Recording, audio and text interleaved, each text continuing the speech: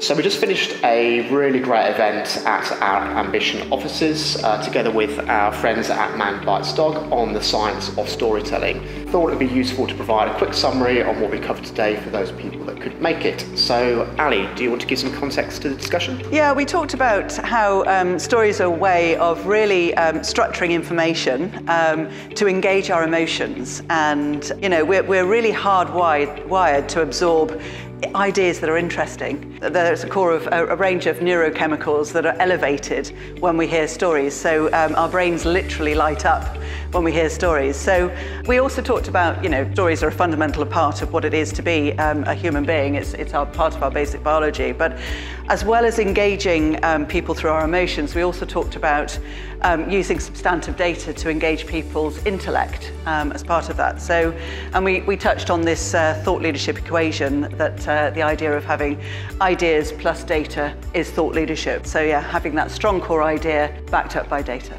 And Claire, I think you wanted to share a little bit more about the 5-step plan. Absolutely. So if you want to harness the science of storytelling for effective thought leadership, there are 5 key steps. So the first is predictive insight. Future thinking, what's going to happen next. If you want to be a thought leader, you need to lead, not follow, and show your clients that you can help them navigate the future. The second aspect is the most important, and it's having a really strong core idea in the first place, and using that big idea as the North Star that guides your research and everything you do. So you're using a story to then build your campaign. Effectively, a Man Bites Dog story, something that's really against the grain and different, that will help you stand out, an idea that travels. The third aspect is substantive data. So as Ali says, supporting your big idea with data is really important, and having data that you can really mine and really tailor to your clients is really important.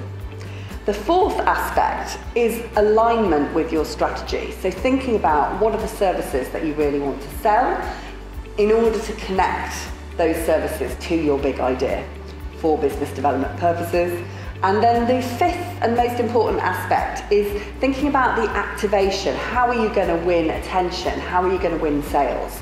And thinking really creatively about how you make your idea travel, and putting as much creativity into how you disseminate your story as you did into developing the story in the first place.